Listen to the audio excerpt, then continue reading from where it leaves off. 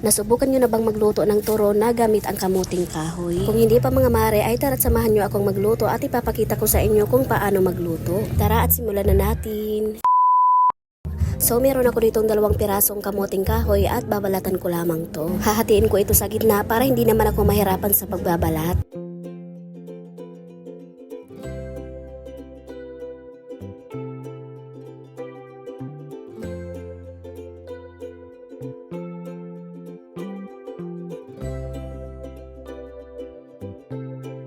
Pagkatapos ko naman itong mabalatan ay syempre hugasan ko naman ito para malinis.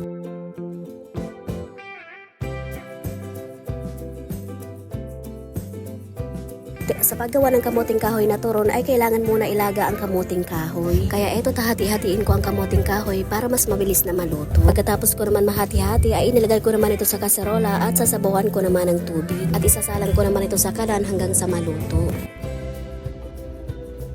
At pagkatapos ng ilang minuto ng pagluluto mga mare ay ito na nga't luto na nga ang kamuting kahoy. Itong klase ng kamuting kahoy mga mare ay kahit luto na ay medyo matigas pa rin. Kaya para mamash ito ay gagamitan ko ng gadgara ng cheese. Kung malambot naman yung kamuting kahoy ay pwede namang gamitan ng smasher. Basta ang importante ay mamash yung kamuting kahoy. Pagkatapos ng ilang minuto ng paggagadgad ay ito't natapos ko na nga. Ngayon naman ay paghahalo-haluin ko na lahat ng mga sangkap. So ito yung mga sangkap na gagamitin ko. Bali meron akong kaunting asukal, margarine, manin na dinurog, gatas na powder at syempre yung ating ginadgad na kamuting kahoy. Sa kamuting kahoy ay una kong inilagay yung gatas na powder. Isinunod ko naman ilagay yung margarine, mani at yung asukal. Bali paghahalo-haluin mo lang lahat ng mga sangkap at pagkatapos ay mekos-mekos mo naman hanggang sa ma-well combine lahat ng mga sangkap.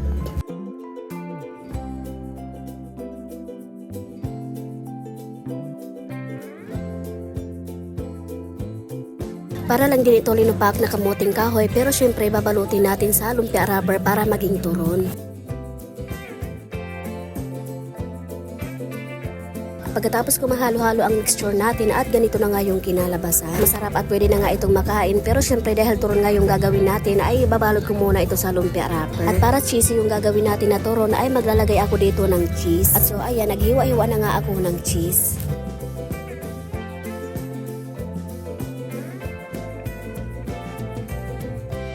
Natapos ko na lahat ng paghahanda ng gagawin natin na turon. Ngayon naman ay mag-start na akong magbalot. Kumuha lang ako ng kalahating kutsara ng mixture natin at inilagay ko naman ito sa lumpia wrapper. Plinatin ko lang yan ng manipis at naglagay naman ako ng cheese na palaman.